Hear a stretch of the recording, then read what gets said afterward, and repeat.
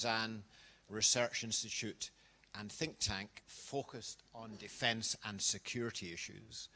And one of the functions we seek to perform is to provide a platform, a forum for discussion on the most pressing defence and security issues of the day. And we have a long tradition of holding debates between the parties on defence issues at each general election.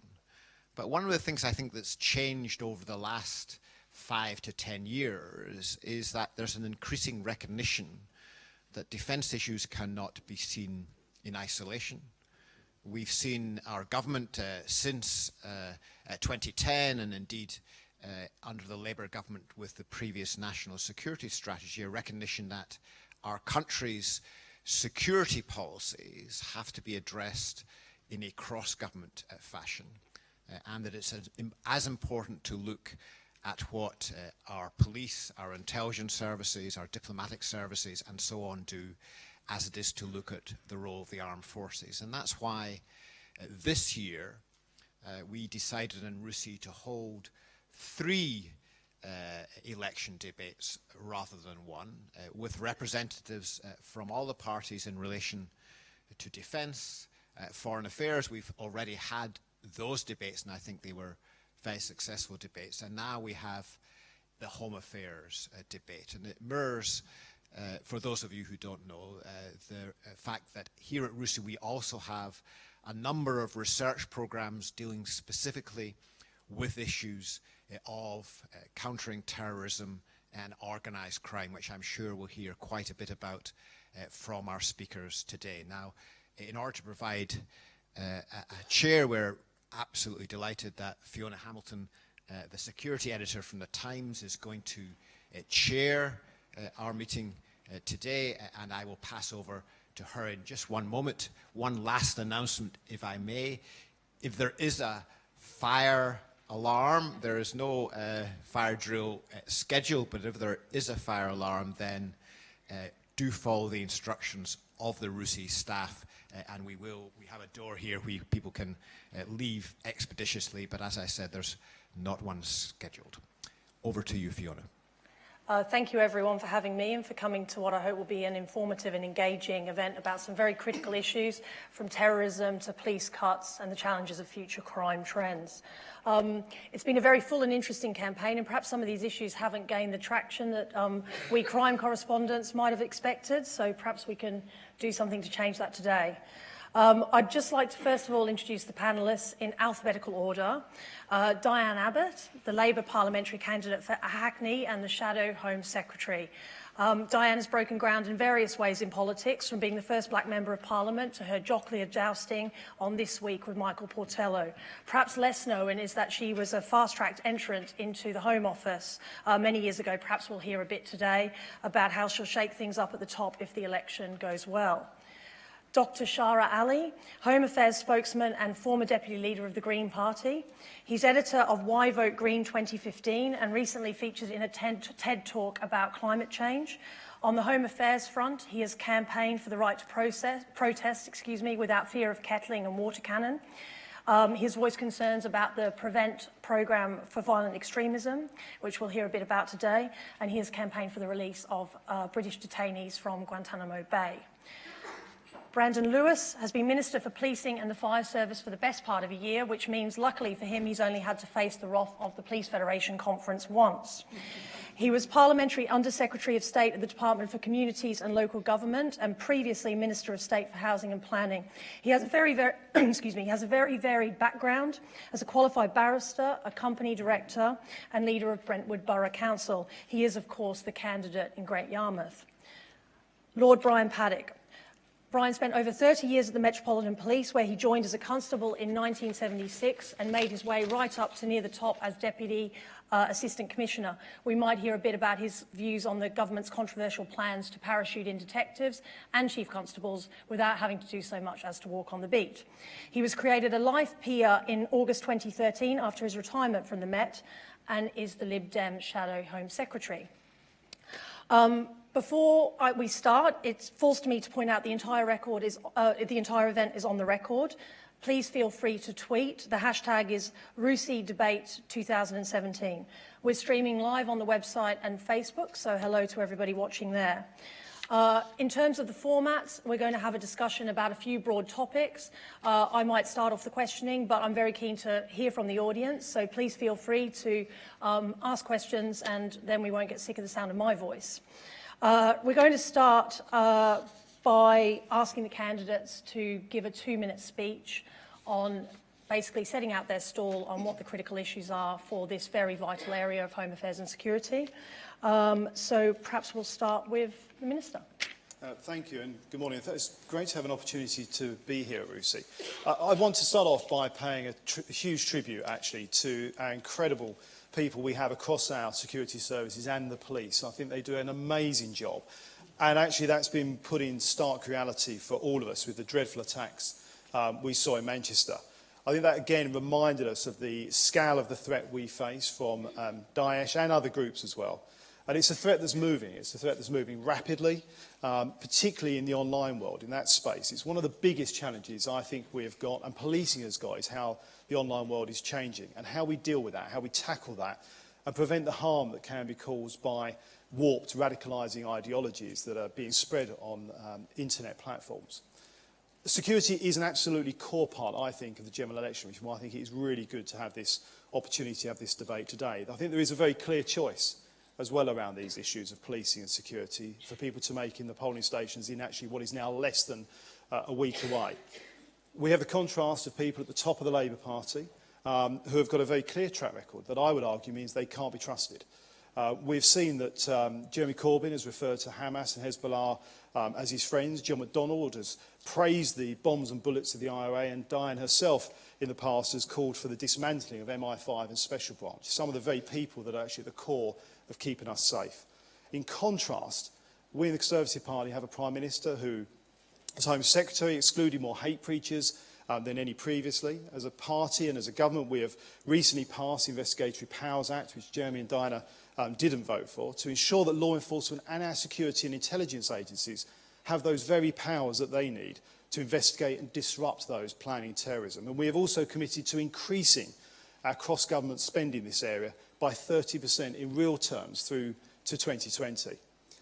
And finally, as we do go forward and negotiate our way to Brexit, which we have to do, we've got to deliver on what the British people wanted, we also need to make sure we get the very best possible deal, including getting the right deal for intelligence sharing and continuing that effective work that we have with partners across Europe and our work with organisations like Europol in countering terrorism, organised crime in all of their forms. And my argument will be it is only Theresa May and our government that can deliver that for the British people. Thanks. Thank you. Diane. Well, it's a pleasure to be here in front of such a distinguished audience, many of whom I recognise. But sadly, we have to remind ourselves that we're a few hundred yards, really, from that horrific terrorist attack in Westminster by Khalid Masood. 4 people died, including PC Keith Palmer, and 50 people were injured. And of course, last week, we had the atrocity in Manchester. So issues around counter-terrorism and security are to the forefront, I believe, of the public debate. And I think RUSI has been in the forefront of recognising this. The challenges around counter-terrorism and security are very different indeed in an era of the internet, in an era of international jihadism, and in the era of the suicide bomber. As for the election in a very few days, we have tried in the Labour Party not to engage in personal attacks. We believe that we are offering the public a programme on security, keeping them safe, which stands up. We are going to recruit more police officers. We are going to actually recruit the security service people that the government has talked about recruiting. We think we have a solid offer, and we think that we are engaged with communities, because there is no way to fight the terror threat without effective engagement with communities. Thanks, Diane. Shahrar? Can I just stand, because I'd quite like to see people's faces, at least for the opening section of it. I'm very delighted to be here on behalf of the Green Party, and I was quite impressed, actually, that I was able to enter the building without a bag search, and I'm wondering how it was for you. And I think it's quite interesting, actually, that, of course, Greens, I hope, are renowned and have a reputation for caring about the environment and social justice, but I just want to give an indication of what is our direction of travel and ethos and philosophy, if you like, in relation to home affairs, security and policing. I'd say at bottom we are libertarians, but civil libertarians. That is to say that we entrust the individual to go about their business without excessive encumbrance. And we also want to live in a society which is trusting of one another. I think in terms of the policing agenda, whether you look at kettling, whether you want to talk about tasers or arming the police or water cannon, our bedrock would be to go back to the idea of policing by consent. And that isn't to say that, for example, there can't be armed police on our streets. It is to say that we think carefully about those difficult decisions and ensure that we have the public's consent. Because unlike in some societies where the police may get their authority or backing, if you will, from the state, I think we hold dear to our hearts the very idea that the police, if you like, are an extension of the public. So I'm looking forward to the debate that ensues. I gather that there will be lots of connections made, I think drawn, rightly so, about the civil libertarian agenda and the threats, I would say, that we currently face from the investigatory powers bill, for example, and onwards to foreign policy insofar as that has an effect on the tone, if you like, in which we conduct our discussions. And lastly, I would just say unconditionally that we will fight and support all those who propose good solutions towards the increased terror threats that we face and the unconscionable murders that we've been seeing on our soil. Thank you. Thanks, Shahrar. And Brian? Thank you very much for giving me the opportunity to talk to you about these important issues. And I think the events over the last week or so have shown how important this is. As far as the Manchester bombing is concerned, that terrible situation there, I think the first thing that it's important to say is that the only person, the only body, the only people who are to blame for that event really is the murderer who blew himself up in the middle of a crowd of innocent people. What I think it shows is the importance of community intelligence helping the police and the security services to identify those people who are a real and present danger in amongst all those people who could potentially be a threat. And with that in mind, we're pledging an extra £1.2 billion over the next Parliament to improve community policing, to build more trust and confidence between the police and the communities concerned, so that we get that flow of intelligence. I think the IT attacks on the National Health Service and the IT failure at British Airways show how important cybercrime and cyber security is. And the security services, we need to have a debate around that with the security services. You've got one part of GCHQ who want to exploit loopholes in operating systems in order to be able to get into what the terrorists are talking about online. And you've got another part of GCHQ whose responsibility is to protect people like the National Health Service. There needs to be a more open debate, I think, about how those two almost conflicting parts of GCHQ should work together. And the third thing that I would raise is the immigration debate.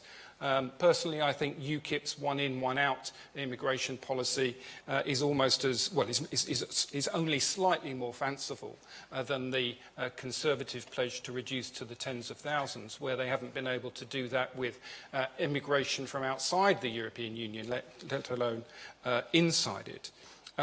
we have got to be realistic about what this country's economy needs in terms of immigrant labour. There needs to be an open and public debate in Parliament every year to decide what are the appropriate levels. And we need to invest in public services in those areas that are feeling the strain of large amounts of immigration, rather than demonising immigrants.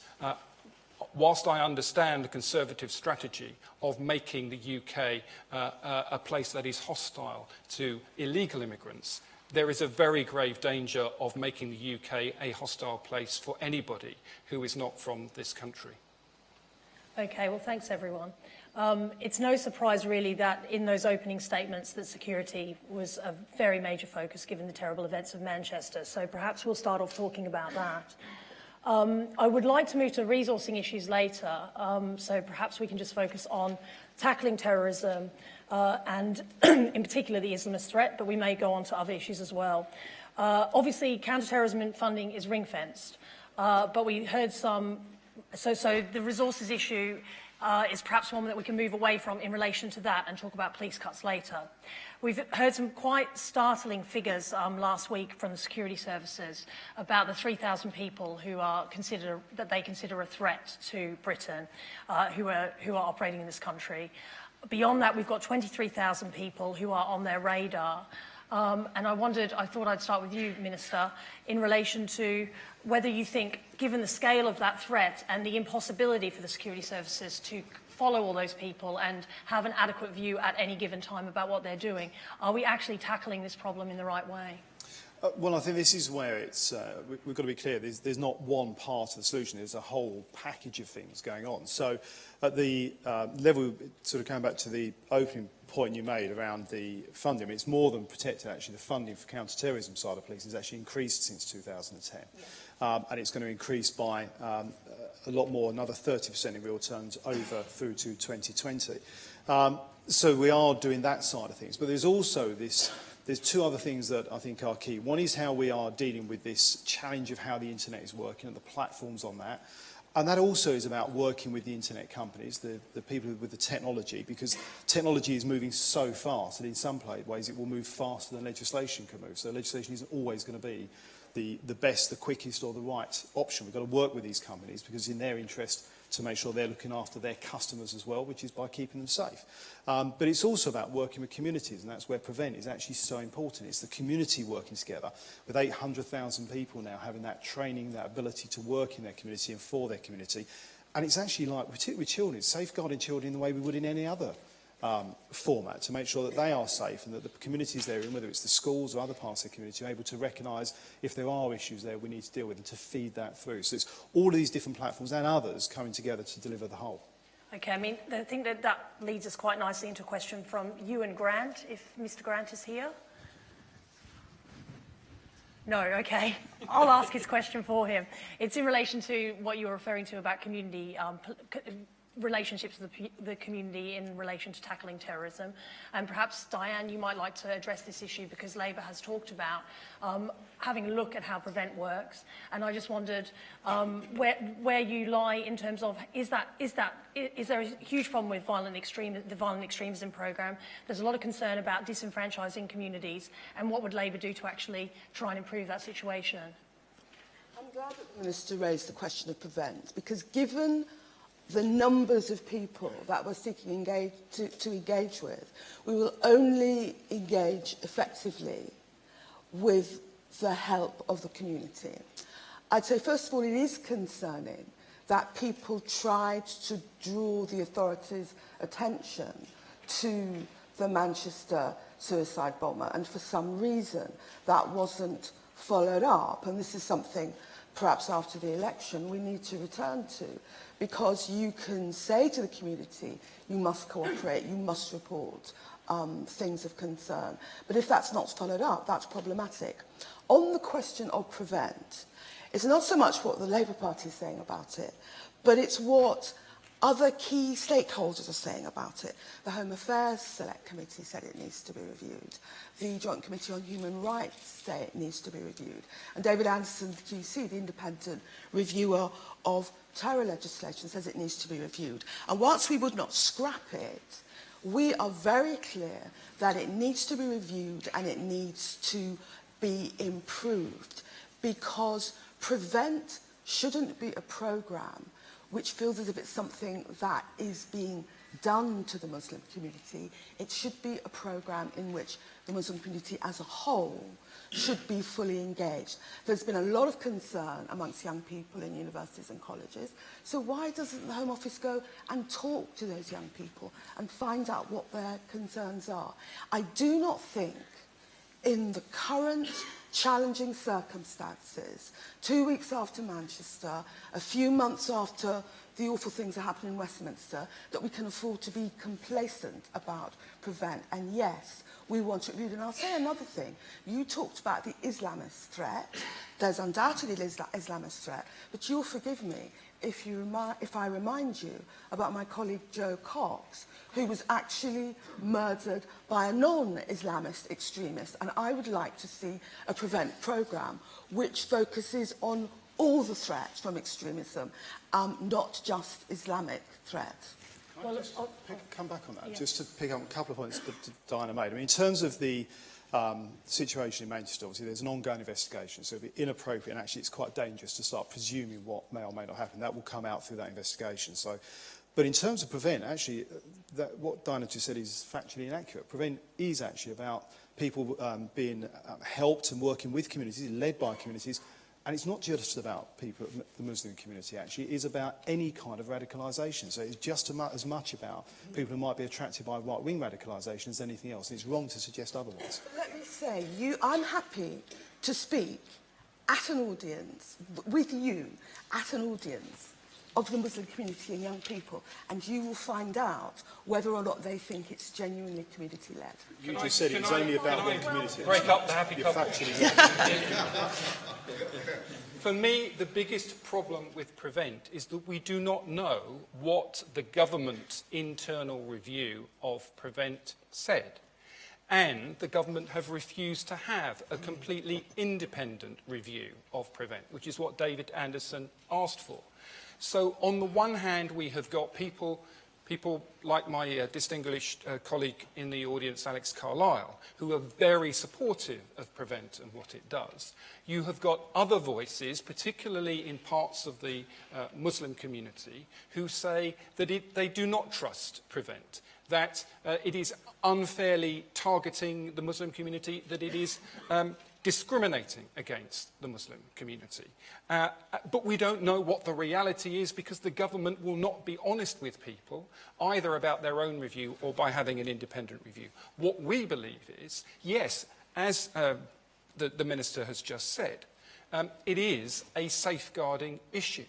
There are other safeguarding channels that are used again, to help people who are at risk of being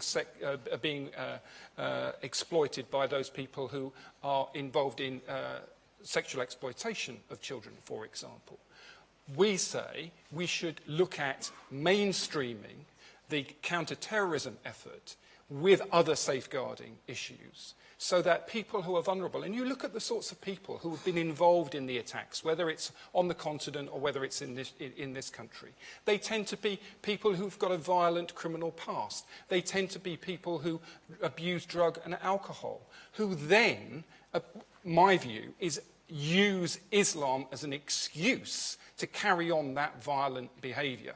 So I think this is a safeguarding issue. We should mainstream it into other safeguarding programmes and replace Prevent with a new initiative that has the community at the heart. Because Brendan is not right. Just because you train people in the community to spot and report on these issues, that does not mean it is a community-led initiative. We need this to be far more community-led. If I can just pick up on a couple of points that were made by Diane. The latest figures in relation to Prevent actually do show that over a third of referrals were from the far right, and there was possibly quite a big upswing in the wake of Joe Cox's murder. And the other thing that we've heard overnight from Greater Manchester Police, and obviously this is an ongoing terrorism investigation, and there are reviews happening with the security services and the police. But so far, they haven't uncovered any calls to the counter-terrorism hotline from members of the community who were concerned about Abidi's behaviour.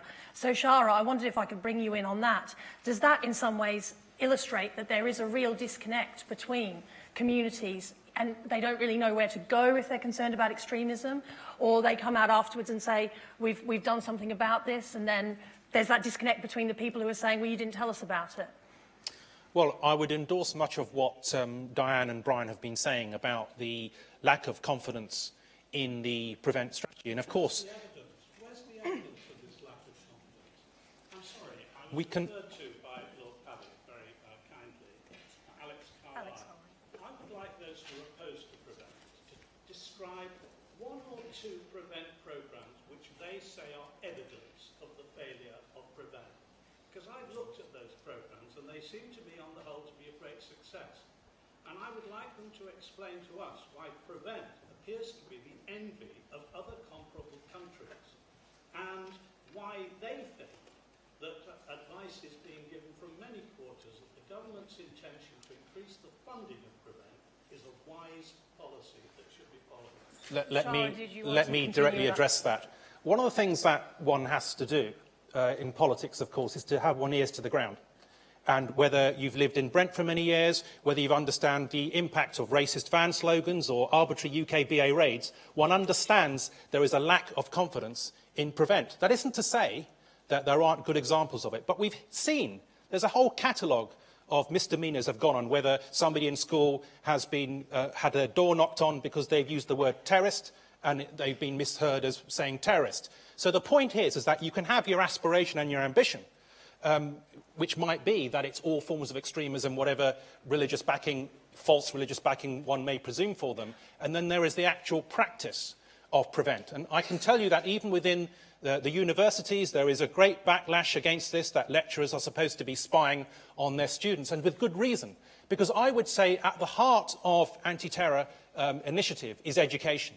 The one place where we can actually afford to have people speak their minds without fear, if you like, to have their views and their sick even views challenged is in the universities, where free speech should be not absolute, because there's no such thing as speech without cost or consequence, but it should at least be managed in a way where people feel free to discuss.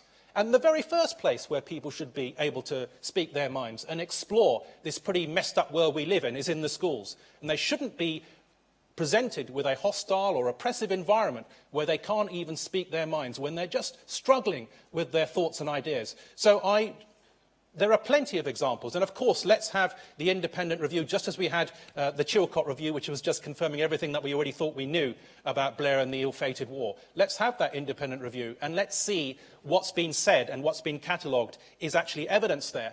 But at the same time, we mustn't deny the very facts that are before us. It's quite interesting you make the point about the terrorist house and the terrorist house, because there was an inquiry into that, and I think it was Lancashire Police where that had come up, and it did turn out in the end that there was quite a few other issues with that child at school, and that child had been referred. And maybe that is an example of those myths taking hold sometimes, and there is that problem with the community, that they don't want to believe that PREVENT is doing a good thing, and how you try and sort that out. PREVENT, I'm afraid, is currently based on false and Islamophobic logics. I've participated in PREVENT training programmes in educational establishments, and 9 out of 10 of the examples used were to do with Islamist terrorists. Now, if that isn't a way of promoting undue escalation of fear in the minds of the people, I don't know what is. That's institutionalised racism. I think the Minister will want to come up with that one, and then I'll just Brian. come in very briefly on a couple of points just made, actually. Firstly, the facts as outlined earlier on, with a third of the referrals being about right-wing organisations, simply prove what you just said completely false. But also, I think I just want to challenge this point around what's happening in universities and in schools. And actually, I'm very proud of the fact that there's over 800,000 people in communities who have been through and had training to be able to understand and recognise the signs of somebody who's being radicalised. In the same way, I want those people to have that skill set, to be able to recognise, particularly in schools, if somebody's being sexually abused, in the same way if somebody's been domestically abused. That is general safeguarding, and I think it's best practice, I think it's a good thing, and I think to start denying that is actually what leads us into much bigger problems in the future, and actually is why we have not been able to in this country recognise people who've got mental health issues, children who have suffered sexual abuse for decades. And I think you're actually potentially creating a much bigger problem if you deny the fact that we need the people in our communities to have that skill set to recognise it and then help and support people. Bearing in mind, there is over 1,000 people who have been supported through Channel, for example, over the last couple of years. That's a good thing, and it's good for communities and it's good for the people it helps. Brian, you wanting to come on? I just wanted to come back. Lord Carlisle, as everybody knows, was former independent reviewer of terrorism. And the question I would have is, Alex quite rightly said, where is the evidence? Well, the answer is there might be some evidence in the internal review that the Home Office did, but they refuse to share that with anybody. They will not do an independent review. So we don't know what the evidence is, other than to say there are elements within the Muslim community who are very concerned about Prevent, who are very suspicious about Prevent, and this apparent reluctance to independently review it is just adding to that issue. And at the end of the day, it doesn't really matter how small that part of the Muslim community is that is suspicious of Prevent, because it is probably in those parts of that community where it is essential that there is trust and confidence that the intelligence comes forward. In other areas of the Muslim community who are very supportive of the police and the security services, you're not likely to have people being radicalised. It is in exactly those places where the most suspicion is that the most vital intelligence is going to come forward, and therefore it is essential that that part of the Muslim community has trust and confidence in whatever replaces Prevent. If I can just pick up on something that Brandon said in his opening address, because of course Prevent is but one part of the security picture. And it's interesting that the Conservative manifesto talks about bringing in new terrorism powers and in the wake of Manchester, looking at new ways to tackle extremism. But there was a counter-extremism bill that was announced a couple of years ago that has never got legs. There seems to be a real concern within the Home Office of how to tackle extremism and how to even define it. Terrorism temporary exclusion orders, of course, have only been used once, which are a key measure to prevent jihadists coming back unless they agree to certain measures. So I just wondered, and Max Hill, actually, who is Alex's successor +2, made this point the other day, that perhaps we don't need to have new laws, we should just use the ones that we have. Well, I think actually there's a couple of points there. One is what we have said is we will look at and we will do what is necessary to keep the country safe, and that's working with our police and our security services to assess what that is at any given time. There's a couple of things within what you just said, and comes back to my opening remarks. One is that if you look at those, the orders, for example, you just mentioned, they are one of the tools that the services have at their disposal. There are others. The idea of stopping people temporarily is a useful thing to do. They can use that, but actually, if there is a clear issue, actually stopping them permanently, which is a different tool, is something that we can do as well. So it's just one of the tools that the services have to look at what is appropriate in any given case, as do we. But equally, one of the challenges, and I think one of the things we've got to be very clear about with any legislation around this, is one of the areas where I think it comes back to the point I think Alex might have made a short while ago, is around how people are being radicalised and where they're being radicalised. And one of the challenges now is a lot of that can be happening online. And one of the challenges with online and the speed with which the online community is moving is that actually as quickly as you can legislate, bear in mind the time frame it takes to legislate, the technology and the way that they are spreading that information can move on. So it's better to look at other tools and to work with the service providers as well around getting that material down. And actually another thing Prevent has done is taken, I think it's now about 270,000 websites down that have been spreading radicalisation. But there is always more to do because this is a very fast-moving area. Diane, you wanted to talk about that? Well, I just wanted to say that one of the ways people can also be radicalised is in prison. There is a pattern, not necessarily with the man who's alleged to have been a suicide bomber in Manchester, but there is a pattern with these jihadists that they get radicalised in prison, and they often come from backgrounds they wouldn't have been exposed to the real Islam. And I think Prevent should be more proactive in business. It's difficult in a climate of austerity. I know the Home Office has a strategy, which is about keeping imams and so on separate from other prisoners. But actually, we should be identifying vulnerable prisoners and working with them so they do not become radicalised in the way there seems to be a pattern. I think there's more to be done in prisons. And I would just say, this idea that concerns about prevent are just ill-informed conjecture from the Muslim community. If it's just ill-informed conjecture from the Muslim community, why is it that the Independent Reviewer of Terrorism, David Anstey QC, called for a review? Why did the Home Affairs Select Committee, who looked at this very thoroughly, call for a review? And why would the Joint Committee on Human Rights call for a review? It's more than conjecture in the Muslim community.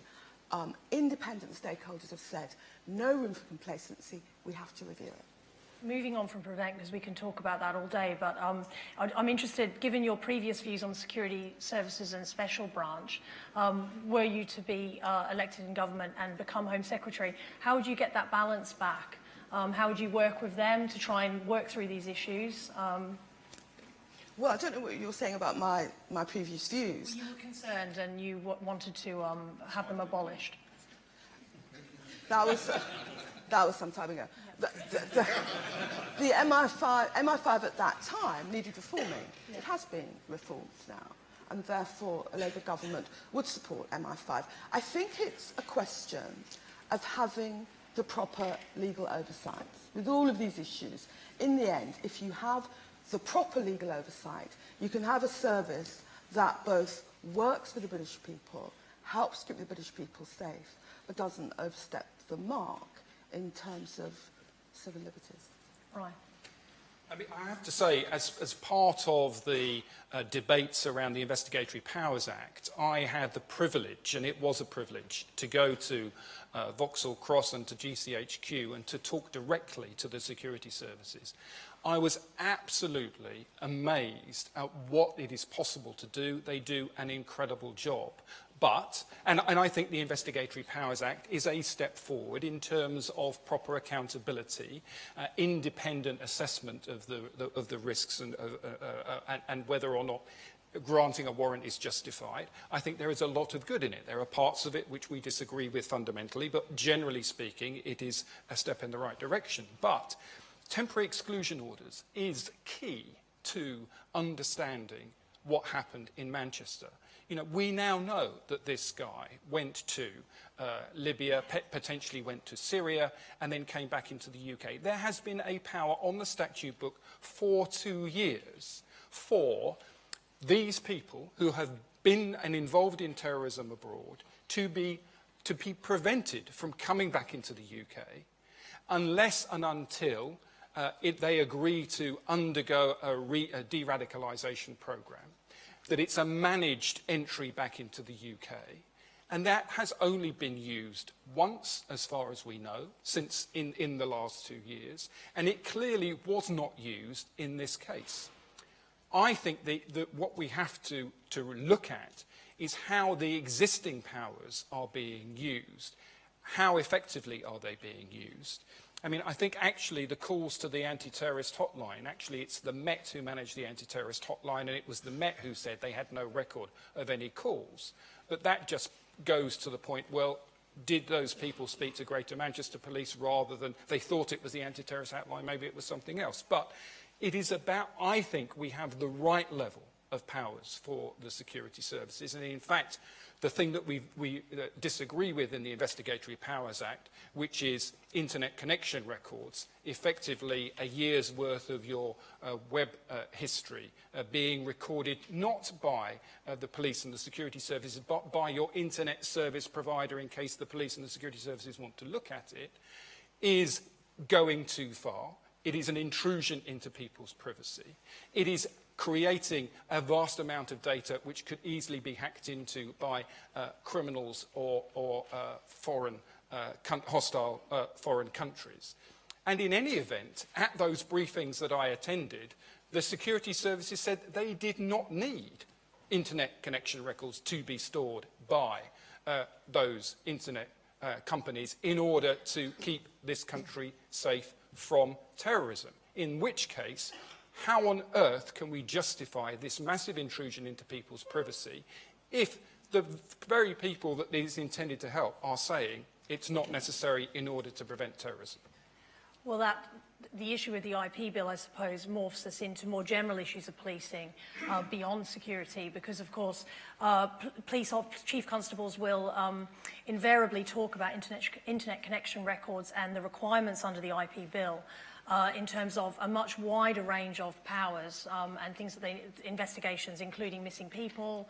And missing people actually makes up a massive chunk of that area. And I suppose that this brings us into the issue about social media companies, the debate about free speech, and where that balance lies. So perhaps I can get some views on the panel on those kinds of issues. I don't know, Shahrar?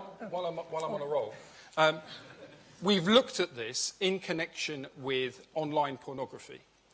We clearly want to protect young people from accessing internet pornography. And the measures that the government put forward on this, bearing in mind that almost all, certainly the most popular porn sites are in the United States of America. The two provisions in the bill were to levy a fine on those companies. The second was to order internet service providers in this country to block access to those websites. And the people who are going to be doing this, the independent body who are going to be doing this, said that that first provision was unenforceable. And that is the problem with these big social media companies, whether you're talking about encrypted communication, WhatsApp, or whether you're talking about Facebook or other sites which post terrorist material. This can only be done in close cooperation with the American government. It can only be done on an almost voluntary basis by putting pressure on rather than legislating against these big American tech companies. You are not going to be... And so we've looked at it, we've explored it, we've come to the conclusion it's not possible. So for the Conservative Party to say they're going to legislate to not allow WhatsApp to have end-to-end encryption, to not allow Facebook, or to order Facebook to take down terrorist material, it is not practical to do so. We need to look at other ways of tackling these issues. Do you want to? Yeah, I'll pick up on a couple of bits. I mean, I find it slightly worrying that, I mean, Diane is purporting to want to be Home Secretary in just a few days' time, and yet is talking about things as Home Office policy that actually aren't the Home Office at all. She's talking about prisons, it's Ministry of Justice. I thought she would know that. And what you're talking about and needed to do... Let me just finish. No, that's because when I worked at the Home Office, it did cover prisons, and I think we should work more closely with them. You might want to think about what the Home Office does now, if you want to be Home Secretary now. Yeah, but I think we should work more closely with them. But at the same time, you're talking about a policy happening that the MOJ is actually doing. Which is great if you support it. It'd just be nice if you did that in Parliament as well.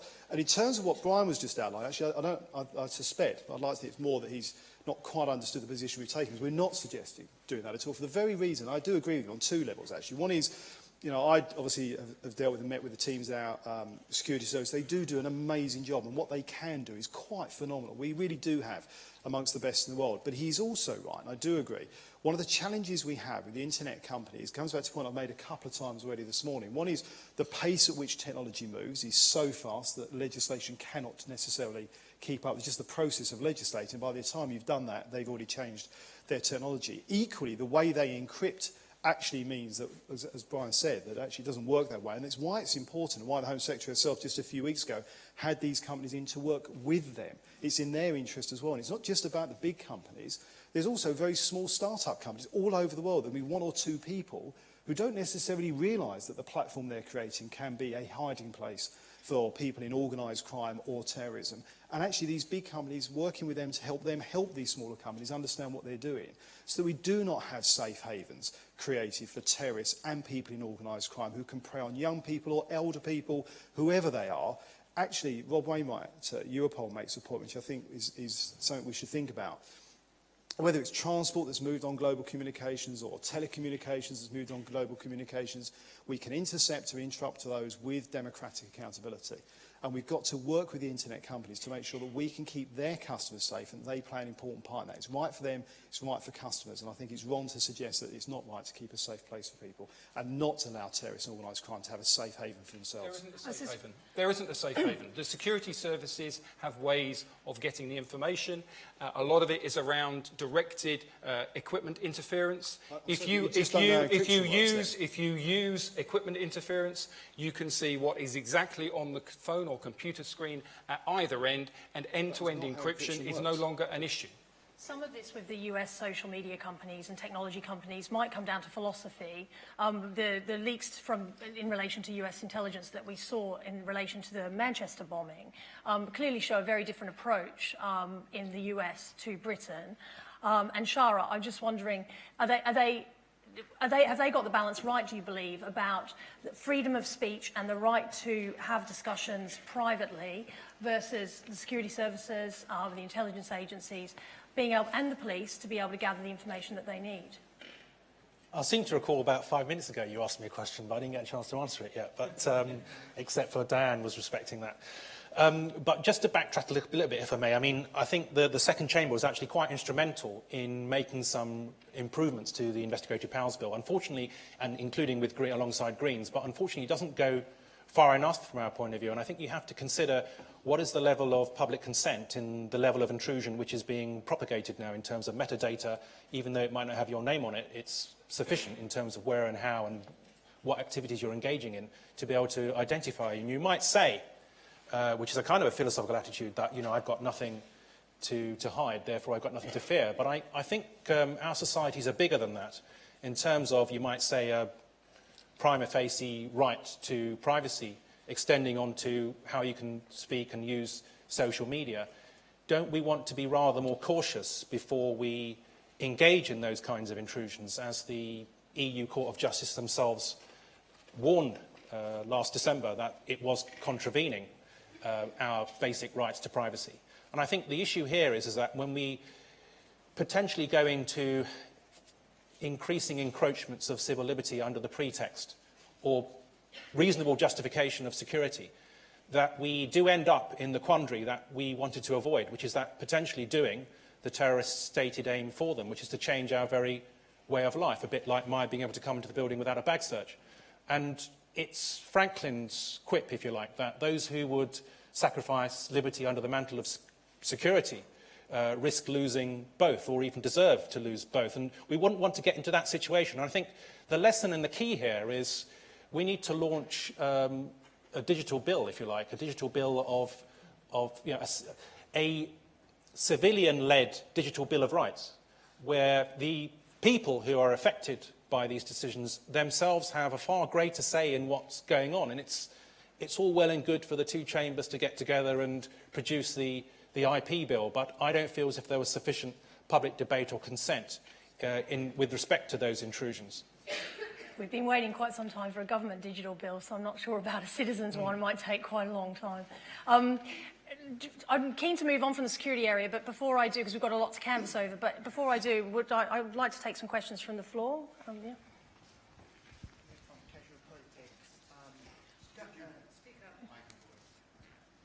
Is there a microphone?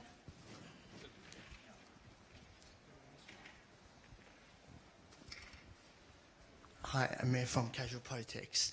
Diane, when we look at your and your leaders' records, your party leaders' records on counter-terrorism legislations in Parliament, some people are worried that if you get into Downing next week, that this country may yet be exposed to her most brutal terrorist attacks, as did France under a socialist government over the past 5 years. What have you got to say to them? Thank you. What I would say is this, that it's certainly the case that in a long parliamentary career, Jeremy has voted against a number of pieces of counter-terrorism legislation.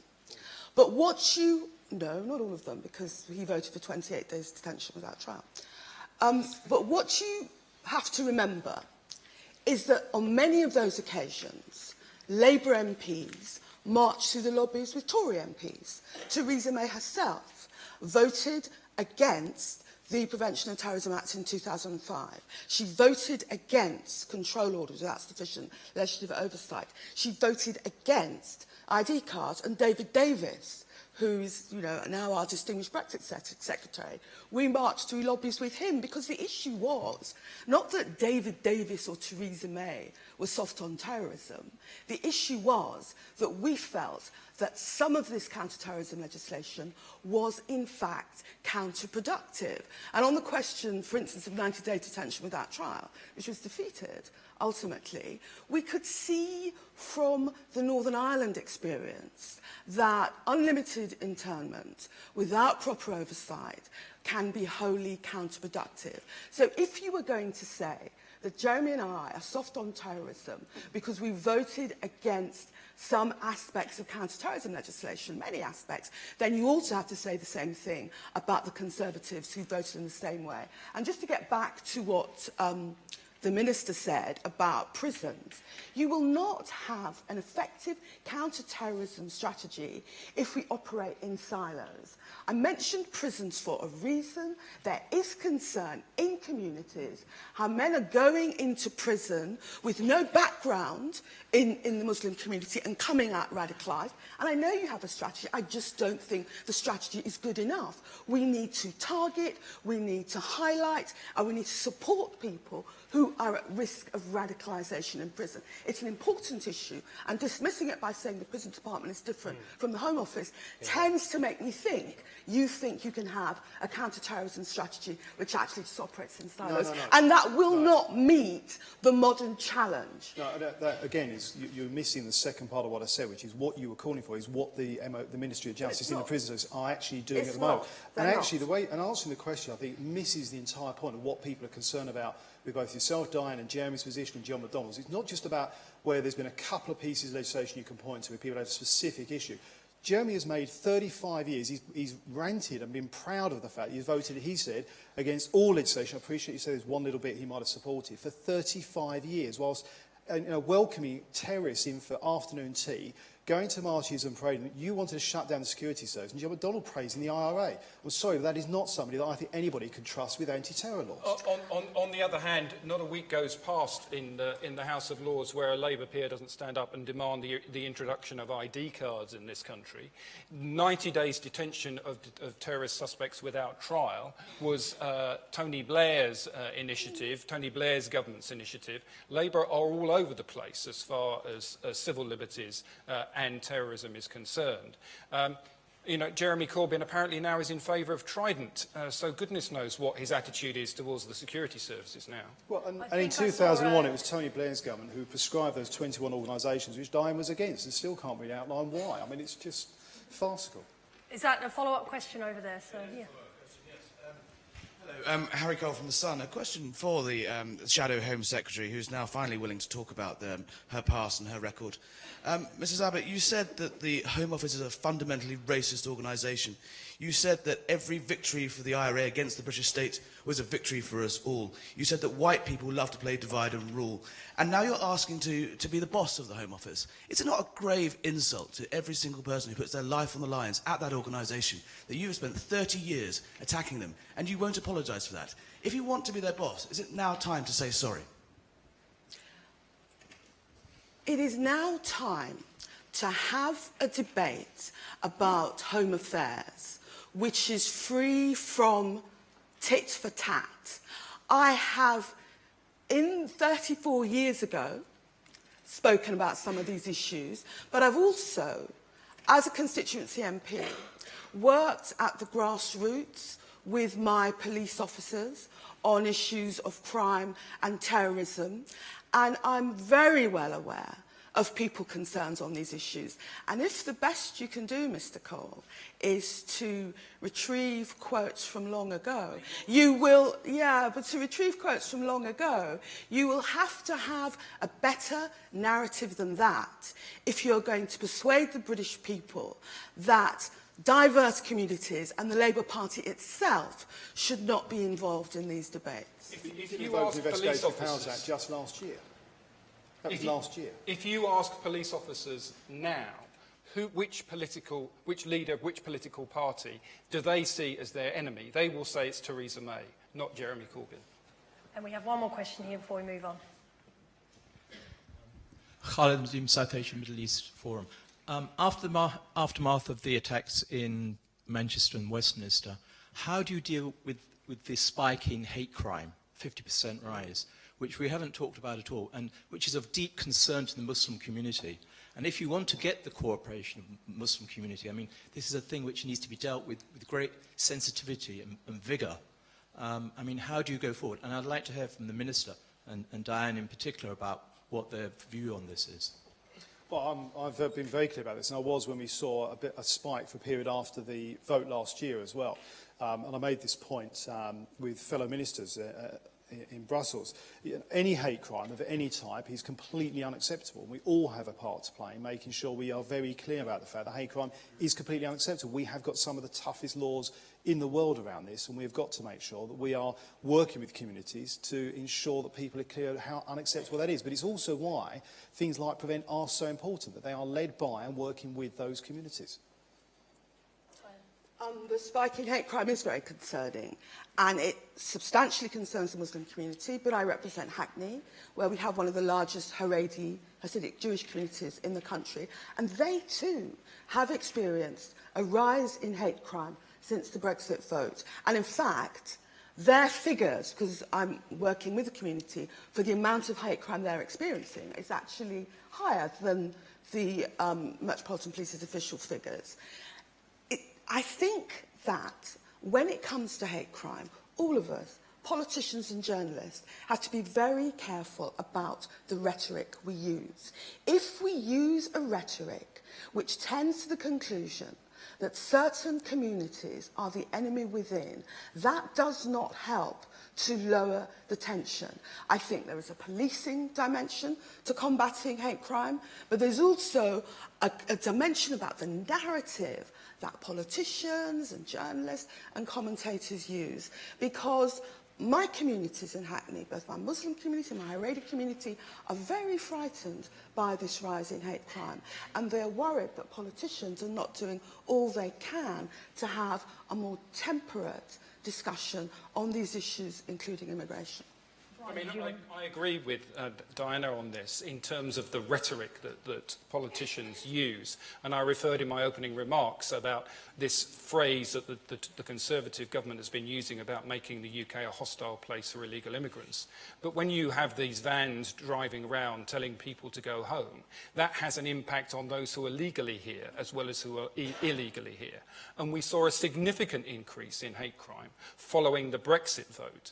The difficulty is inappropriate use of words by politicians gives permission almost to people to turn their prejudice into discrimination against people. It's interesting, Brendan says all hate crime is unacceptable, but only certain hate crime is actually, are actually aggravated offences. And so you can get 4 times the sentence, for example, for religious or race hatred than you can against hate crime against a disabled person. So I would challenge that as well. But the bottom line is, yes, we have seen over the last 6-7 years a decline up until recently in what I would call traditional crime. Okay, online fraud, cybercrime is now, according to the latest crime survey, almost 50% of the crime that people experience in this country.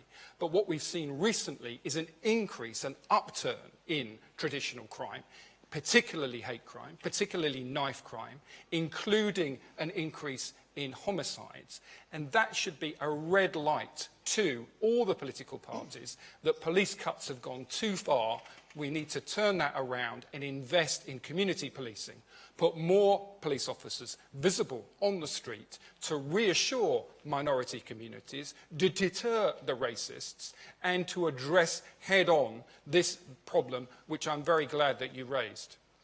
That brings us probably into the area of policing. We'll move on from security and start to talk about that. I think that the terrorism operation last week perhaps highlighted something that had not gained so much traction with the public previously, although within policing circles it's been a massive issue, which is the issue of cuts. And once you see army officers guarding venues and areas of significant interest in London, that really does bring that to the fore. So I think Anthony Leal, who's a researcher at Jill Dando Institute, might have a question that we can start that discussion with.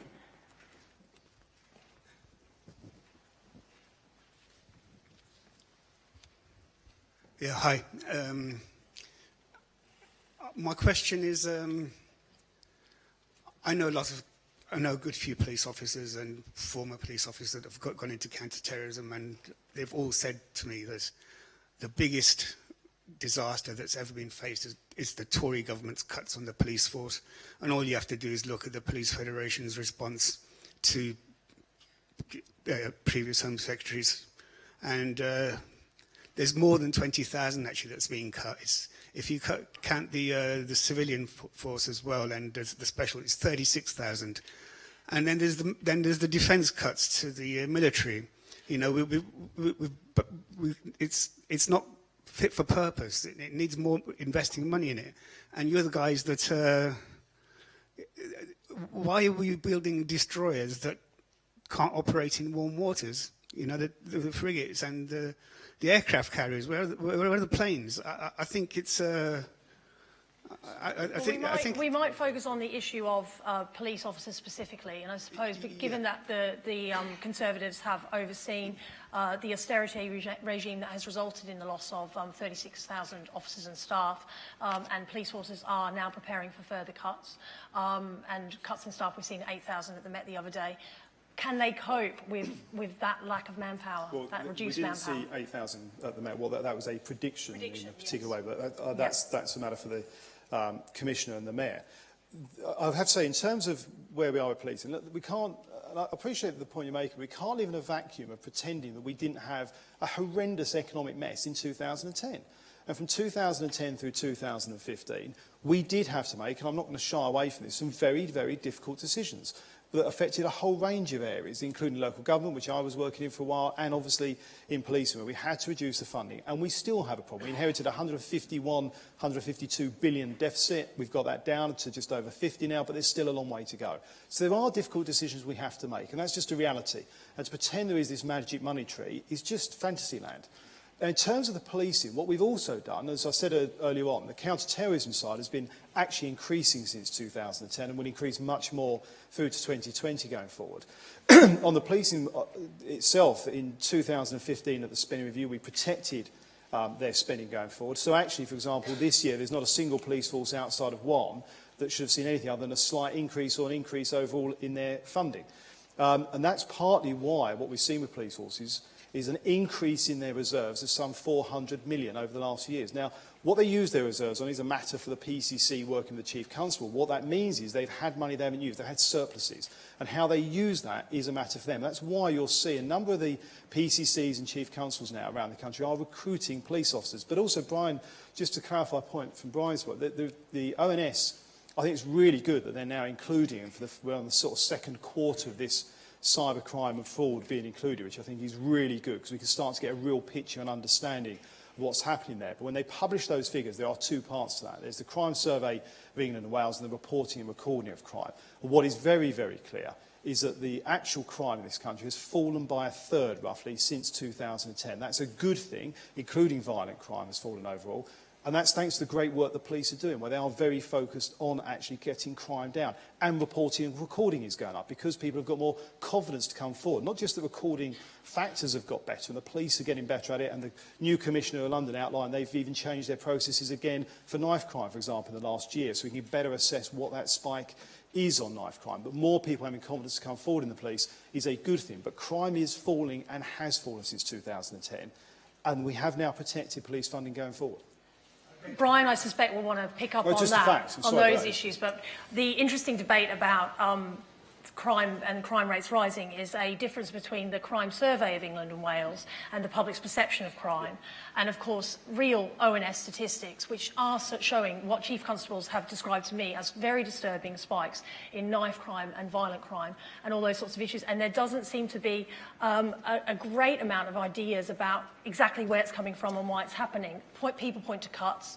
There's other factors as well. And I don't know whether Brian wants to pick up on some of those issues. You know, the Liberal Democrats were part of the coalition with the Tories that cut police budgets, and I own that. I accept that. And the evidence showed that in terms of what I call traditional crime, not online crime or fraud, cybercrime, which wasn't recorded, so we didn't know what was happening to that. But on the face of it, it looked like those cuts were reasonable against the crime picture. Now we have a fuller crime picture. As I said in my opening remarks, the latest crime survey shows almost half of crime that people experience is now cybercrime or online fraud, which doesn't normally get reported to the police at all. When my bank card was cloned and used in Bangkok, my bank just paid the money back. I never bothered the police with it. It was never recorded. So we've got to look at where the crime is shifting. But the other important thing is Liberal Democrats know when to stop, and the Conservatives don't. Violent crime is increasing, hate crime is increasing, knife crime is increasing. There is an epidemic of young people dying on the streets of London, and yet the Metropolitan Police, who've had £800 million cut from their budget, are facing another £200 million cuts between now and the end of what would have been if this Parliament had run its full course. That's £1 billion cuts in policing.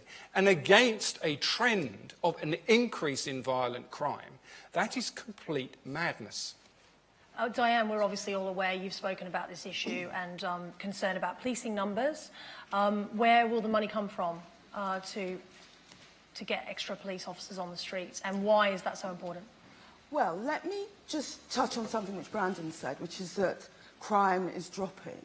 I'm surprised you can sit here in the centre of London and sound that complacent, because we know in London, homicides, knife crime and gun crime are rising.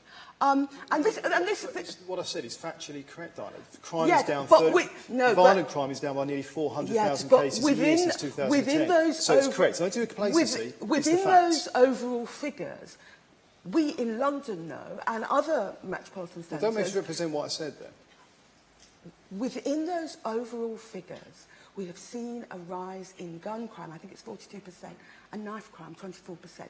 And that is of great concern to people. On the question of the need for more police, in a way, it goes back to the discussion we had about counter-terrorism.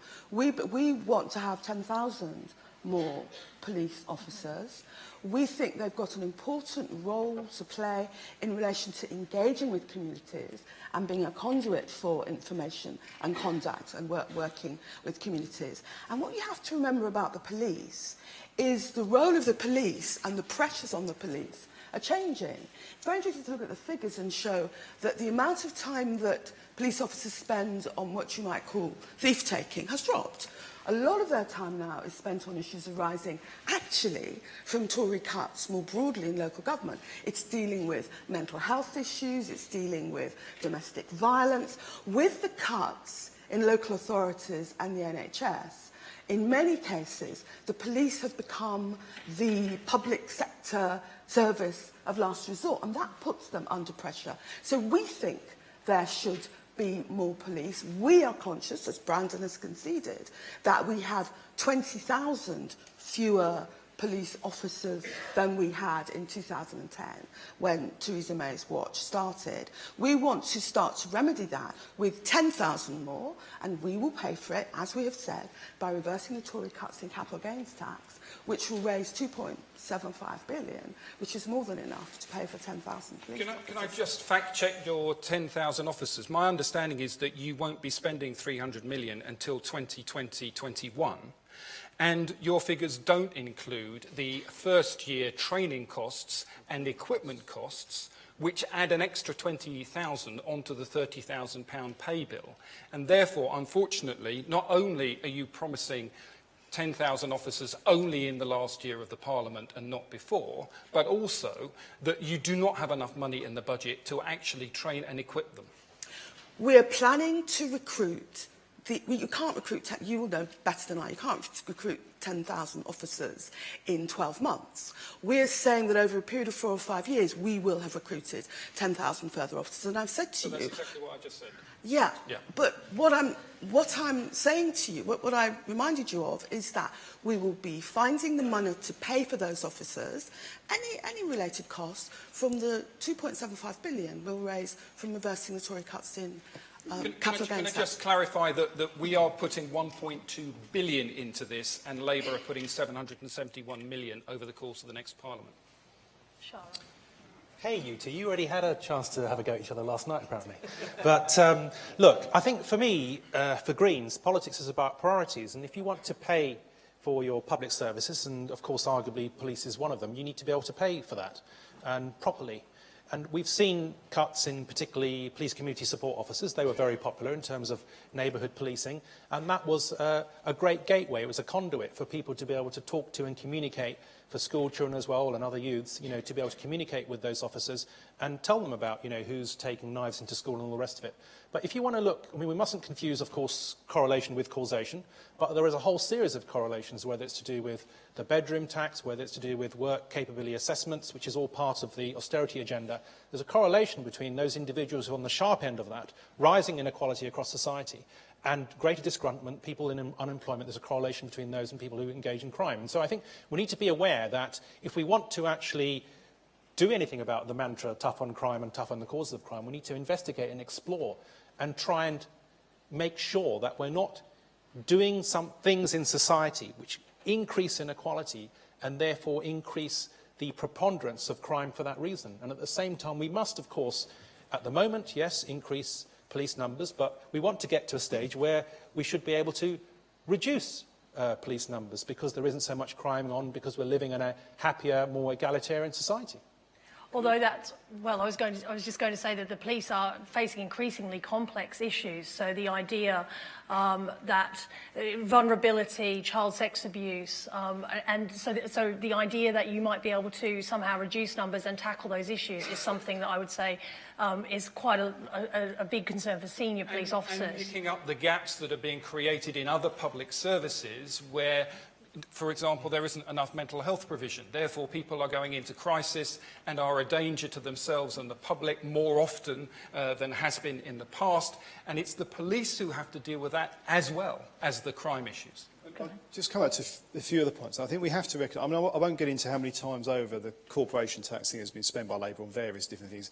But the numbers, I find it bizarre, I am agreeing with Brian, the numbers just don't add up in terms of what the salaries are, the training, recruitment. I'm talking about, Diane. But in terms of policing, the whole world of policing is changing, and because crime is changing, we're seeing with cybercrime growing, we need more people who've got to focus on that. And it's fantastic that actually some of the reforms we have done, that we've seen things like the National Crime Agency taking the lead on certain things and working with the volunteers who've got expertise in that area. But we also have to be very clear about what the numbers actually are, in the sense, you know, for example, in London, the Metropolitan Police is the best funded police force in the country by a substantial margin of over £200 a head.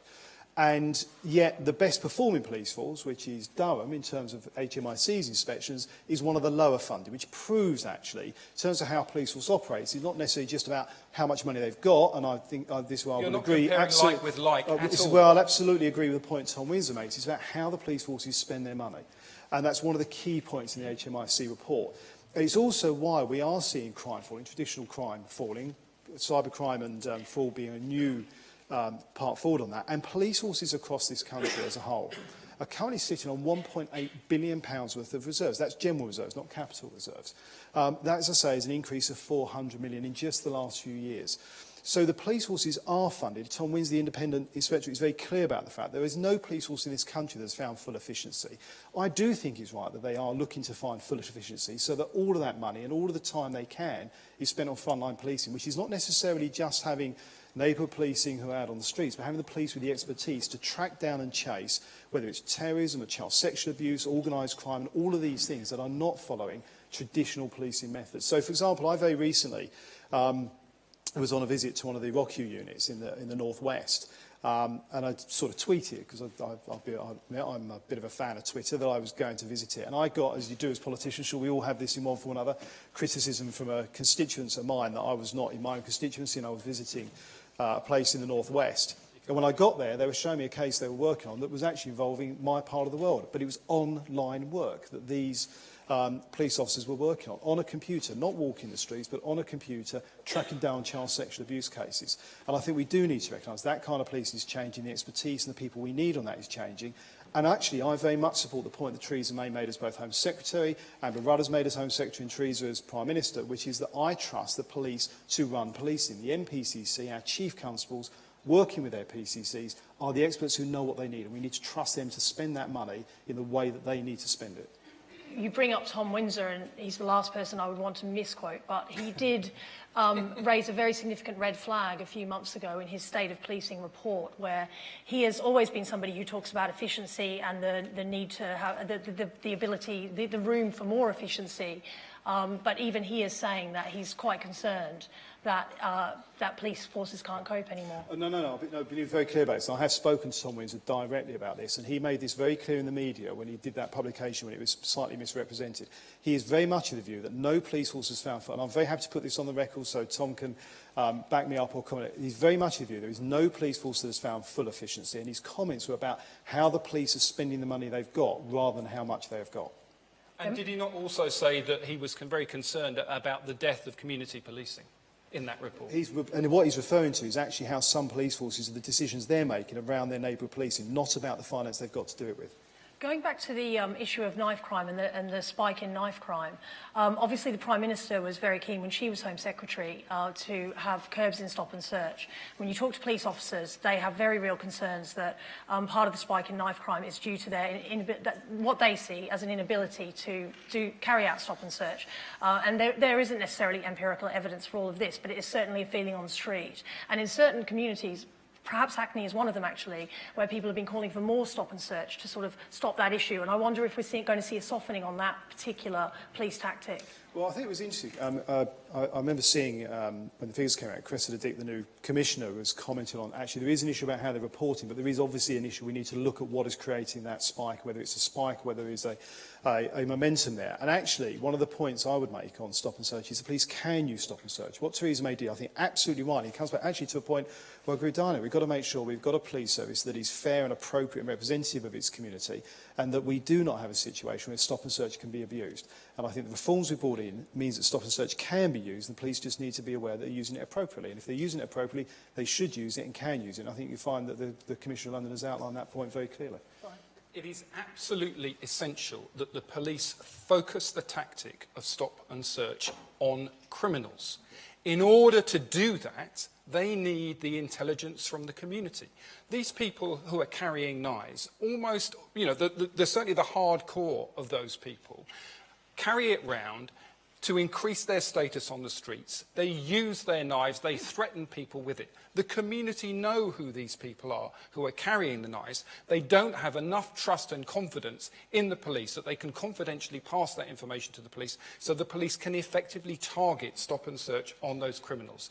I was the police commander who had, amongst other police stations, Brixton under my command. You had situations where robbery just happens, and then the police put out a description, oh yeah, the person was an 18-year-old wearing a hoodie wearing trainers, which covered about half the population of Brixton at that time. We need to get far more intelligent about, well, did they have an earring? Did they have a nose ring? Did they have tattoos? What trousers were they wearing? Because they're too embarrassed. They might swap jackets to confuse people. They won't swap trousers because it's too embarrassing to do it in public. What sort of trainers do they have on? Because, again, it's unhygienic to swap trainers. You have got to get far more intelligent around using stop and search and increase the effectiveness of it if you are going to increase its use.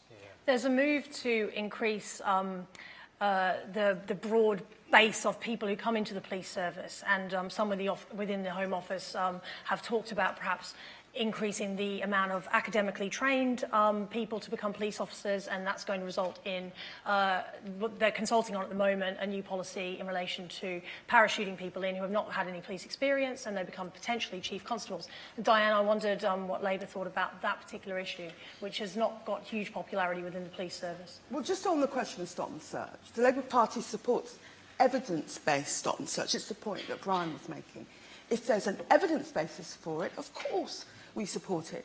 But nothing has caused more tensions between the police and the community than what random, non-evidence-based stop and search, which actually didn't pick up, it picked up a relatively tiny number of infringements of the law. Evidence-based stop and search is one thing.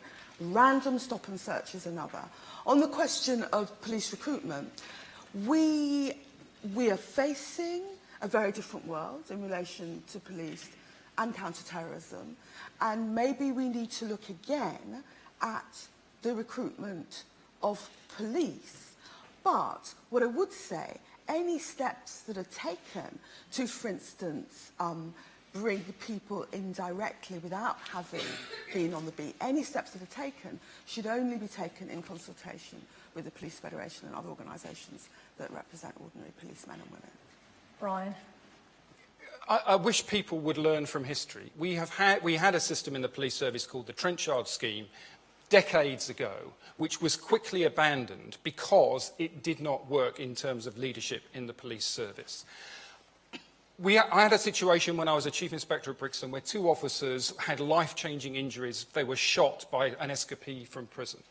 We got an occupational health nurse in to do a hot debrief with those officers. She was shouted out of the room because the officer said, "You have no idea what the dangers are that we face on the street every day. You don't know how we feel. How can you possibly come here and empathise with us?" What is a chief constable who has never walked the beat, who never has experienced the things working in all weathers, in all hours? How is that chief constable going to relate to their officers? Of course, if we are getting into far more technical crimes, whether it's online fraud, which can be very complex, we should bring in experts to help sworn officers to do that. But there is a complete ignoring of the police culture. There is a huge divide, even more than there is in industry, between workers and managers in the police service, because the workers are out there facing danger in all weathers, day and night, and the managers are in air-conditioned offices, mainly doing 9 to 5. To increase that divide by bringing people in at the top who've got no experience of policing at all, I think is to ignore the very important culture in the police service. Brendan, is the concern from your department that there's not enough professionalism in policing? Where is this move coming from? Well, I think there's a couple of things, actually, I would say. I mean, the London Metropolitan Police, it was police officers in that who started Police Now, actually, which is effectively a direct entry scheme for police constables, which has been phenomenally successful, I'd say, and now spreading out around the police force. That started from police officers in the Met Police. And actually, the Met Police is one of the best examples of a police force that is diversifying and get a much better 25% increase, actually, in its representation of BME community and also women as well, improving dramatically. At the higher levels, I think there's a couple of things. We've been very clear, yes, we do want to see the police force more professionalisation at 2 levels. One is around professionalisation within the police, and that's what the College of Policing is leading on and doing that work with the police and the MPCC, working together for this. So it is sector-led, which I think is absolutely the right way to do it. But also it's about giving police the ability to have recognition of their skills and their talents if they choose to leave the police later in their career and go outside. In terms of the senior officers, I absolutely do. I think we're very blessed at the moment in this country. When you look around the country with certain senior officers at chief constable level and the senior ranks, and Ian Hopkins in Manchester being a very obvious recent example, but there's a number of them around the country. We've got some superb leaders in the police around this country. And I want the police force to continue to have the best of the best. We have to lead it operationally and organisationally. And I think it is therefore the right time to look at whether, as we put our manifesto, to look at what we do and as we move forward around how we continue to reform the police, to make sure it does have the best of the best coming in. There are people from different sectors who have skills and talent that they can bring in to the benefit of the police as well. But that also does recognise, and I think it is right, picking up on a point Brian made, And if you look at what the Met Police have outlined, I think just this week, when they've been looking at their recruitment for detectives as well, is make sure that they do have a training program, means that they do get experience of what it is like as a police officer on the streets. But I do think, you know, when we're looking at big organisations that have got management issues in terms of big organisations to deal with logistics and all that, having the best of the best leaders in this country and the opportunity to come to the police can only be good for the police force in the long run. Shahrar? Well, I think we've just heard from Brian first-hand experience with great insight of the kinds of cultural tensions that will result when you bring people into an organisation who haven't, it has to be said, gone through the ranks. And I, for one, found it very dispiriting when the operational commander on the day of the Jimenez shooting in 2005, if you told me in 2005 she was going to be the Met Commissioner today, I would have said, well, that's not a cat and hell's chance. And we even had the MPA at the time producing quite a few resolutions imploring the force to learn the lessons of that fateful day. How is it to learn the lessons of that day to actually promote somebody to that degree when they were instrumental in what happened on the day in terms of an innocent person being shot in Stockwell Underground?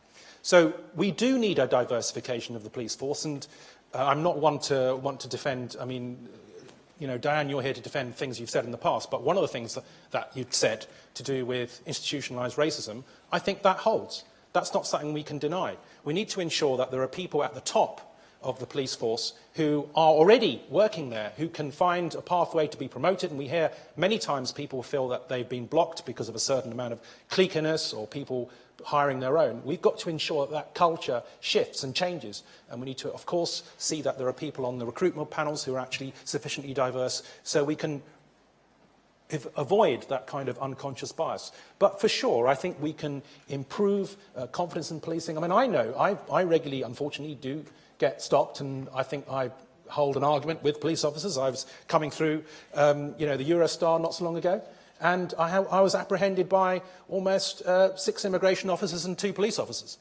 And would you like to see the 1984 Immigration Act? Yes, please. Well, no, would you like to see it? Yes, I would. So I went through it and said, you've got no good grounds, or give me some good justification, other than the one that seems to me, which is racially biased profiling, why you should be holding me here. And I won through.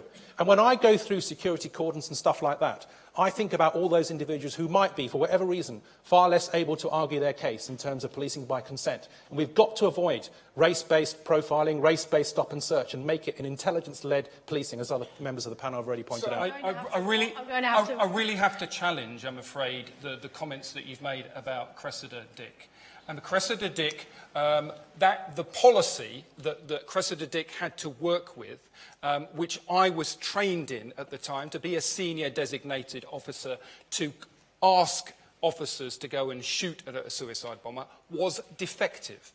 There was a whole series of errors by different officers at different times in the course of that particular operation, which enjoy public consent. Can I come back on this afterwards? Resulted. But you have questioned whether or not Cressida Dick should be Commissioner of the Met, and I think you have whether been through incompetence and or I think malice, you are being unfair to her, bearing in mind the cards that she was dealt on that day.